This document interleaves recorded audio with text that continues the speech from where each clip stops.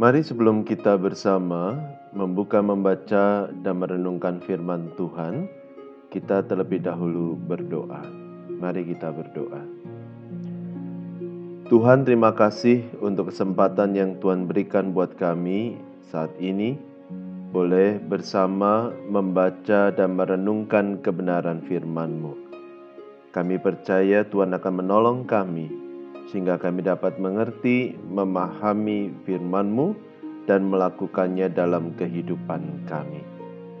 Terima kasih ya Tuhan, di dalam nama Tuhan Yesus kami sudah berdoa. Amin. Bacaan kita pada hari ini terambil dari kitab 1 Samuel pasal 16, ayat yang pertama sampai ayat 13. 1 Samuel 16 ayat yang pertama sampai 13. 1 Samuel 16 ayat yang pertama sampai ayat 13 tertulis demikian. Berfirmanlah Tuhan kepada Samuel, "Berapa lama lagi engkau berduka cita karena Saul? Bukankah ia telah kutolak sebagai raja atas Israel? Isilah tabung tandukmu dengan minyak dan pergilah. Aku mengutus engkau kepada Isai, orang Betlehem itu. Sebab di antara anak-anaknya telah kupilih seorang raja bagiku." Tetapi Samuel berkata, "Bagaimana mungkin aku pergi? Jika Saul mendengarnya, ia akan membunuh aku." Firman Tuhan, "Bawalah seekor lembu muda dan katakan, aku datang untuk mempersembahkan korban kepada Tuhan." Kemudian undanglah Isai ke upacara pengorbanan itu. Lalu aku akan memberitahukan kepadamu apa yang harus kau perbuat. Urapilah bagiku orang yang akan kusebut kepadamu. Samuel berbuat seperti yang difirmankan Tuhan, dan tibalah ia di kota Betlehem. Para tua-tua di kota itu datang mendapatkannya dengan gemetar dan berkata, "Adakah kedatanganmu ini membawa selamat?" Jawabnya, "Ya, benar. Aku datang untuk mempersembahkan korban kepada Tuhan. Kuduskanlah dirimu dan datanglah dengan daku ke upacara pengorbanan ini." Kemudian ia menguduskan Isai dan anak-anaknya yang laki-laki dan mengundang mereka ke upacara pengorbanan itu. Ketika mereka itu masuk dan Samuel melihat Eliab, lalu pikirnya, sungguh di hadapan Tuhan sekarang berdiri yang diurapinya. Tetapi berfirmanlah Tuhan kepada Samuel, "Janganlah pandang parasnya atau perawakan yang tinggi, sebab aku telah menolaknya. Bukan yang dilihat manusia yang dilihat Allah. Manusia melihat apa yang di depan mata, tetapi Tuhan melihat hati." Lalu Isai memanggil Abinadab dan menyuruhnya lewat di depan Samuel. Tetapi Samuel berkata, "Orang ini pun tidak dipilih Tuhan." Kemudian Isai menyuruh Syama lewat, tetapi Samuel berkata, "Orang ini pun tidak dipilih Tuhan." Demikianlah Isai menyuruh ketujuh anaknya lewat di depan Samuel. Tetapi Samuel berkata kepada Isai, "Semuanya ini tidak dipilih Tuhan." Lalu Samuel berkata kepada Isai, "Inilah anakmu semuanya?" Jawabnya, "Masih tinggal yang bungsu, tetapi sedang menggembalakan kambing domba." Kata Samuel kepada Isai, "Suruhlah memanggil dia, sebab kita tidak akan duduk makan sebelum ia datang kemari." Kemudian disuruhnyalah menjemput dia. Ia kemerah-merahan, matanya indah dan parasnya elok. Lalu Tuhan berfirman, "Bangkitlah, urapilah dia, sebab inilah dia." Samuel mengambil tabung tanduk yang berisi minyak itu dan mengurami Daud di tengah-tengah saudara-saudaranya. Sejak hari itu dan seterusnya, berkuasalah roh Tuhan atas Daud. Lalu berangkatlah Samuel menuju Rama. Sampai sekian jauh bacaan kita pada saat ini. Berbahagia kita membaca, merenungkan, dan melakukan firman Tuhan. Saudara sekalian kasih Tuhan, ada sebuah ungkapan, don't judge the book by its cover. Don't judge the book by its cover. Jangan menilai sebuah buku isinya dari tampilan depannya. Kenapa? Karena sebuah buku bisa terlihat menarik, tetapi belum tentu memiliki isi yang baik. Sebaliknya, buku yang tidak terlihat menarik bisa saja isinya baik.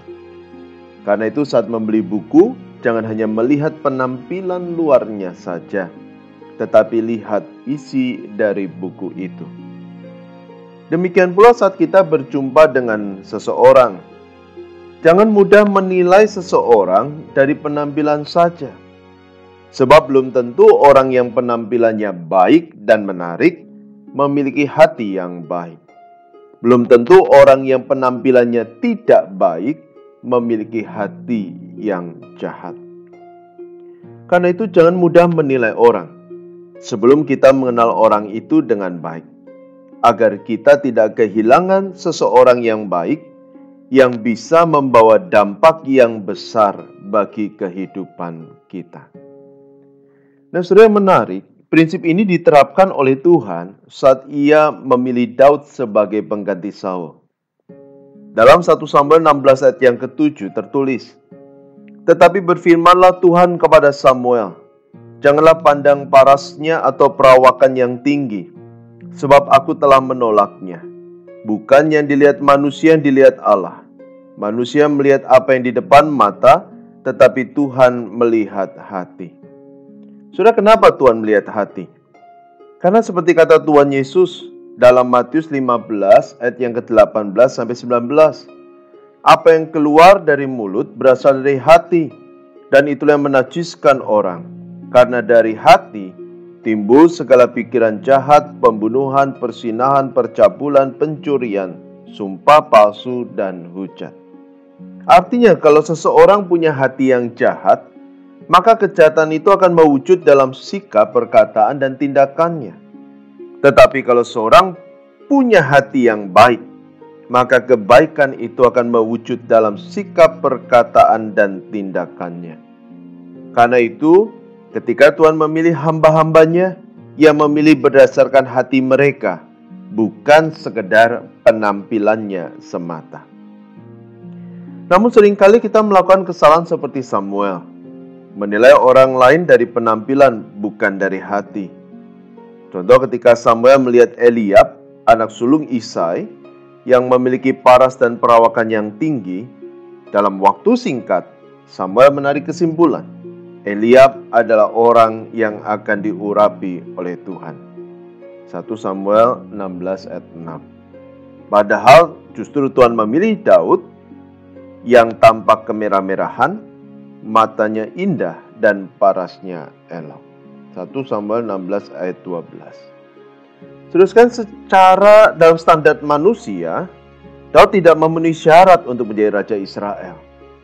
Tetapi dalam pandangan Allah, Daud memenuhi syarat yang ditetapkan Allah, karena dia memiliki hati seperti yang diinginkan oleh Tuhan. Karena itu Tuhan memilih Daud, bukan kakak-kakaknya yang lain. Disadari atau tidak, semua orang termasuk kita mengagumi segala sesuatu yang terlihat cantik, gagah, dan indah. Kita mudah menilai dan menarik kesimpulan dari orang lain berdasarkan apa yang terlihat oleh mata. Sehingga banyak orang akhirnya salah menduga dan salah mengambil keputusan karena tidak mau mengenal atau memahami orang lain secara utuh. Karena itu, agar terhindar dari kesalahan serupa, mari kita memandang orang lain secara utuh. Bukan hanya penampilan mereka, tetapi lihatlah hati mereka. Dengan berinteraksi sebelum menilai seseorang, dan pandanglah orang lain sebagaimana Tuhan memandang mereka. Selain itu, teks ini pun juga memberikan sebuah penghiburan bagi kita. Karena ketika dunia begitu fokus memperhatikan rupa atau penampilan saja, Allah tidak demikian. Tuhan melihat segala sesuatu lebih penting, melihat sesuatu yang lebih penting dari semuanya itu. Ia memandang jauh ke dalam hati kita. Ia mendambakan hati yang penuh penyembahan dan ungkapan syukur. Ia mengingini hati yang taat dan siap dibentuk sesuai dengan rancangannya. Dan Tuhan dapat memakai siapa saja tanpa kecuali untuk menggenapi rancangannya di dunia. Siapa saja yang hatinya berkenan kepadanya. Karena itu, mari jangan hanya memperhatikan penampilan luar saja. Jangan hanya memoles penampilan luar saja. Tetapi mari kita juga memoles hati kita. Dengan membaca merenungkan firman Tuhan. Dengan berdoa beribadah. Dengan melayani. Dengan mendekatkan diri kepada Tuhan. Maka Roh Kudus akan membentuk hati kita. Agar kita memiliki hati yang berkenan di hadapan Tuhan. Ketika hati kita baik, maka penampilan kita pun akan memperkenan hati Tuhan. Karena itu, mari jangan hanya fokus pada penampilan luar saja, tetapi mari kita juga memoles hati kita, agar hati kita menjadi baik, agar hati kita berkenan di hadapan Tuhan, dan seluruh kehidupan kita juga memperkenan hati Tuhan. Amin. Mari kita bersama berdoa. Tuhan yang Maha Baik, terima kasih untuk firman yang boleh kami baca dan renungkan bersama. Firman yang mengingatkan kami agar tidak hanya memoles penampilan luar kami dengan berbagai alat kosmetik, dengan berolahraga dan lain sebagainya. Tetapi firman mengingatkan kami betapa pentingnya memiliki hati yang baik. Karena ketika hati kami baik, maka itu akan mewujud nyata dalam kehidupan kami, dalam keseharian kami, dalam perkataan dan perbuatan kami. Roh Kudus, tolonglah kami, agar kami memiliki hati yang berkenan di hadapan Tuhan. Berkati ya Tuhan para siswa-siswi, biarlah Tuhan yang terus membentuk mereka, agar mereka menjadi pribadi-pribadi dengan hati yang baik, hati yang berkenan kepada Tuhan, hati yang mencintai Tuhan, hati yang mau memberikan hidup mereka bagi Tuhan. Berkati juga Bapak Ibu Guru, jaga lindungi Bapak Ibu Guru, berikan hati yang sungguh mengasihi Tuhan, agar dapat menjadi teladan bagi para siswa. Berkati keluarga kami, jaga dan lindungi keluarga kami. Berkati Sekolah Krista Mitra, Allah berkasih karunia, memimpin, menolong, menjaga Krista Mitra. Inilah doa kami yang kami panjatkan hanya di dalam nama Tuhan Yesus Kristus. Amin. Tuhan memberkati